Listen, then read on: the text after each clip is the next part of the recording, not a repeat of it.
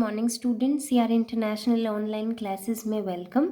आज हमें डिस्कस करना था एनिमल किंगडम के बेसिस ऑफ क्लासिफिकेशन। तो अब हम डिस्कस कर रहे हैं सिलोम। ठीक है, तो सिलोम क्या होता है बेटा? एक बॉडी कैविटी होती है जिसमें डिफरेंट बॉडी ऑर्गन्स प्रेजेंट होते हैं ताकि वो अपने प्रॉपर फंक्शनिंग कर सकें। जैसे मान लीजिए अपना हार्ट है और आपको पता है कि हार्ट में कंटिन्यूसली कॉन्ट्रैक्शन रिलैक्सेशन चलती रहती है। हार्ट में कंटिन्यूसली कॉन्ट्रैक्शन रिलैक्सेशन चलने के लिए एक स्पेस चाहिए। अगर उसके आजू बाजू कोई ऑर्गन अड़ गया तो फिर वो कॉन्ट्रैक्शन और रिलैक्सेशन प्रॉपरली नहीं कर पाएगा। यही फंक्शन है सिलोम का या बॉडी कैविटी का, कि एक प्रॉपर स्पेस प्रोवाइड कराए ताकि डिफरेंट बॉडी ऑर्गन्स जो हैं वो अपने बॉडी में प्रॉपर फंक्शन कर सकें। ठीक है, तो सिलोम प्रेजेंट है या नहीं है, इस बेस पे हमने एनिमल्स को 3 टाइप में डिवाइड किया है। अब बेटा बात ये उठती है कि अगर हमारे बॉडी में बहुत ज़्यादा कॉम्प्लेक्स ऑर्गन नहीं है, हमारा बॉडी ऑर्गेनाइजेशन बिल्कुल सिंपल है, तो हमें फिर सिलोम की रिक्वायरमेंट भी नहीं है।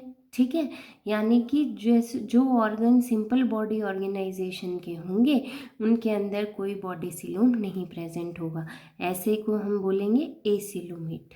ठीक है, उसके बाद बॉडी कैविटी जैसे स्ट्रक्चर कुछ है पर एग्जैक्टली बॉडी कैविटी नहीं है, उसे आप बोलेंगे स्यूडोसिलोमेट। ठीक है, और वो एनिमल्स जिसमें बिल्कुल ट्रू बॉडी सिलोम है और मीजोडर्म से हमने उसे प्रोटेक्ट किया हुआ है, लाइन किया हुआ है ताकि मिक्सिंग ना हो जाए ऑर्गन्स के साथ, तो ऐसा क्या कहलाएगा? सिलोमेट। ठीक है, उसके बाद बेटा होता है on the basis of development, कि जो आपके न्यू यंग वंस बने वो कैसे डेवलप कर रहे हैं, इस बेस पे भी हमने एनिमल्स को डिवाइड किया है। जैसे कि जो यंग वन बना वो एडल्ट से अगर बिल्कुल सिमिलर है, एकदम रिजेंबल कर रहा है, तो ऐसे डेवलपमेंट को डायरेक्ट डेवलपमेंट बोलते हैं। Example rabbit. ठीक है, फिर यंग वन जो है अगर वो एडल्ट से रिजेंबल नहीं करता और उसके बीच में हमें कोई लार्वा या निम्फ की फॉर्मेशन करनी पड़े, यानी किसी एक थर्ड स्टेज की फॉर्मेशन हो जाए जो आपके एडल्ट से बिल्कुल भी रिजेंबल नहीं करती है, ऐसे डेवलपमेंट को हम इनडायरेक्ट डेवलपमेंट कहते हैं। ठीक है, फिर जो ये निम्फ और लार्वा है ये एडल्ट के अंदर ट्रांसफ़र हो जाता है। जिस प्रोसेस से ट्रांसफ़र होता है उसे हम मेटामॉर्फोसिस कहते हैं। उसके बाद कैरेक्टर आता है नोटोकोड। नोटोकोड क्या है? एक रॉड लाइक स्ट्रक्चर है जो आपकी एलिमेंट्री कैनाल को नर्वस सिस्टम से सेपरेट करती है। ऐसे एनिमल्स जिनमें नोटोकोड प्रेजेंट होती है उन्हें हम वर्टिब्रेट या कॉर्डेट्स कहते हैं, जिनके अंदर नहीं होती उन्हें नॉन कॉर्डेट्स कहते हैं। अभी ये बेटा हमने कैरेक्टर डिस्कस कर लिए कि किस बेस पे हमने एनिमल्स को क्लासीफाई किया है। अब हमने इन्हें टोटल 11 फाइलम में क्लासीफाई किया है और एक एक करके हमें हर फाइलम के बारे में इम्पॉर्टेंट कैरेक्टर्स स्टडी करने हैं। ठीक है, सबसे पहला फाइलम आता है पॉरीफेरा। पॉरीफेरा का अगर हम लिटरल मीनिंग देखें तो वो एनिमल्स जिनकी बॉडी पे पोर्स प्रेजेंट हो, छेद प्रेजेंट हो जगह जगह पे, ऐसे एनिमल्स कहलाएंगे पॉरीफेरा। ठीक है, इम्पॉर्टेंट कैरेक्टर्स की बात करें तो स्पॉन्जेस जो हैं वो सबसे प्रिमिटिव, मतलब सबसे पहले कोई एनिमल बना था तो वो पॉरीफेरा से बिलोंग करता था और उनके जैसा दिखता था। ठीक है, बहुत सारी सेल के ग्रुप का बना हुआ था पर वो सारी सेल मिलकर एक साथ कोई फंक्शन परफॉर्म नहीं करती थी, रहती तो ग्रुप में थी पर अलग अलग अपना काम करती थी, इसीलिए हम उसे सेल्यूलर ग्रेड ऑफ ऑर्गेनाइजेशन कहते थे। कोई फिक्स्ड बॉडी शेप या कोई प्लेन ऑफ सिमेट्री नहीं थी क्योंकि सिर्फ एक गुच्छा था जो सेल का बना हुआ था। ठीक है, इनके अंदर बहुत हाई रीजनरेशन पावर थी, बहुत जल्दी रीजनरेट कर जाते थे।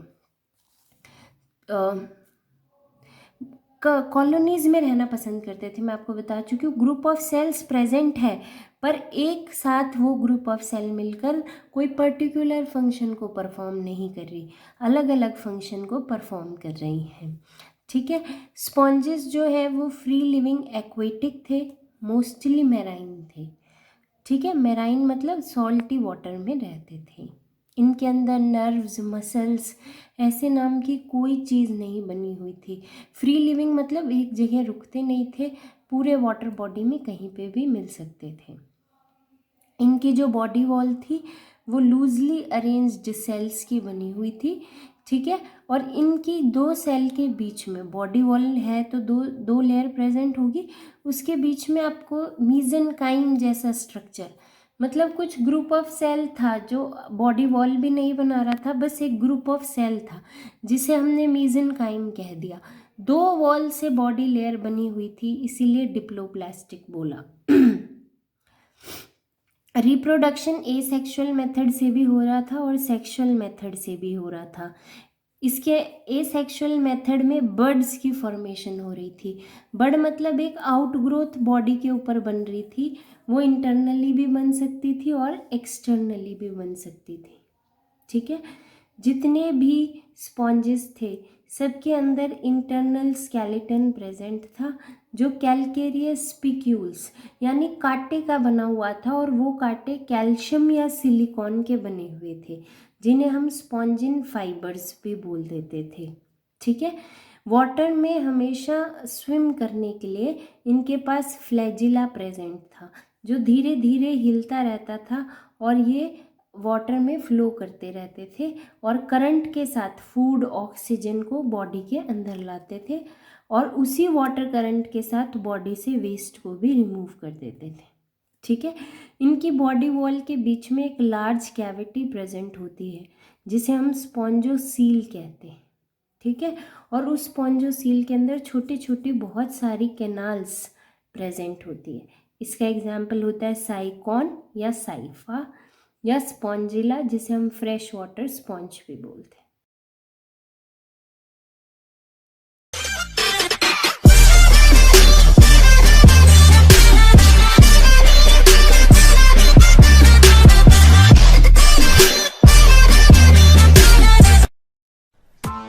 Press the bell icon on the YouTube app and never miss another update.